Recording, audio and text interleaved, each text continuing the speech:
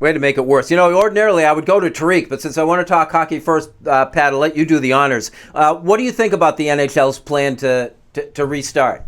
I mean, it makes sense, right? If you're talking about being able to do it completely safely, the idea they came up with is interesting, right? You're giving the teams that wouldn't have normally made it the opportunity to get in by having to win a round. The weird thing is they're going to have the teams that are already in play each other while these other teams are playing in to the playoffs. So you're going to have these lame duck almost preseason games. And in my head, I think immediately like risk for injury, right? If I'm a member of the Tampa Bay Lightning or the Boston Bruins, like I don't want to go out there and skate on this, but I don't know, man. I saw a thing the other day. Gary Bettman, the commissioner of the league, said they could be running through 25 to 30,000 COVID tests. And that's a little bit of an issue for me. I would love to watch hockey, but if you have to use that many tests that could be available to other people, maybe it's not worth it.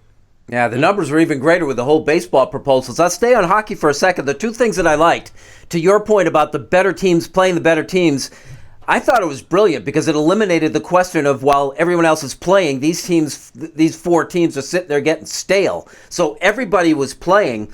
And the one thing I thought they got right is that they came out with a plan and said, this is what we're going to do. The NBA is flopping around like a fish on, dry land. And, everybody else has an issue. But Bettman, like him or not, no one does, came out with a plan and said, this is what we're going to do.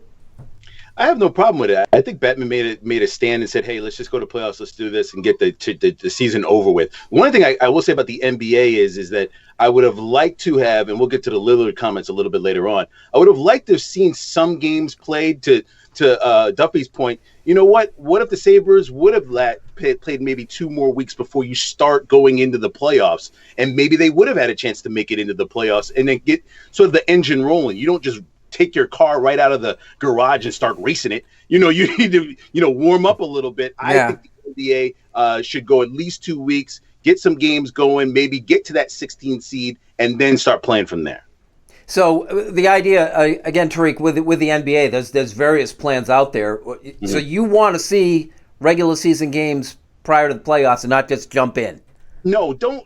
I don't want to jump in. I'd rather the players get warmed up for about 2 weeks, maybe settle on the top teams, top 16 teams, and then go to that format into that tournament and play it all the way through for a championship. It's a different season. It's a chance to explore new things, which I'll get to in Unfinished Business a little bit later on.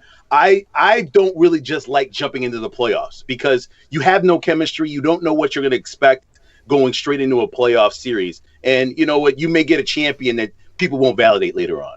Yeah, and Pat, we'd be remiss, I guess, if we didn't bring up football. To some extent, they're simply saying, it's business as usual here. We'll tackle these issues as they come. Yeah, it's mind-boggling, right? Like, you're not really hearing anything about any potential differences. Like, even the potential difference, like, give me an idea of what this could look like. You cannot look me in the face and tell me this season won't be affected by what's going on, that there's going to be 72,000 people on opening day at New Era Field. It's just not going to happen. Heck, how about here in Rochester? Bill's training camp, right? Like, they're proceeding as if training camp is going to happen right now. How, in a month and a half from now, are you going to have 10,000 people sitting in stands watching the Bills practice? How about college football? They've got 100 days before they are supposed to play their first game yet. They had to delay their schedule. And different states have different rules of when players can go back. You got the Big Ten that doesn't want to do this until they get the governor's okay. The SEC is going back sometime in June. So it's all over the place. Nobody knows who's going to play. Yeah, and then the last thing to wrap this up, I think what the NBA and the NHL have going for them is that they're completing their seasons. They get this thing in during the summer when there's less of a chance of reinfection. They wash their hands of this thing, no pun intended.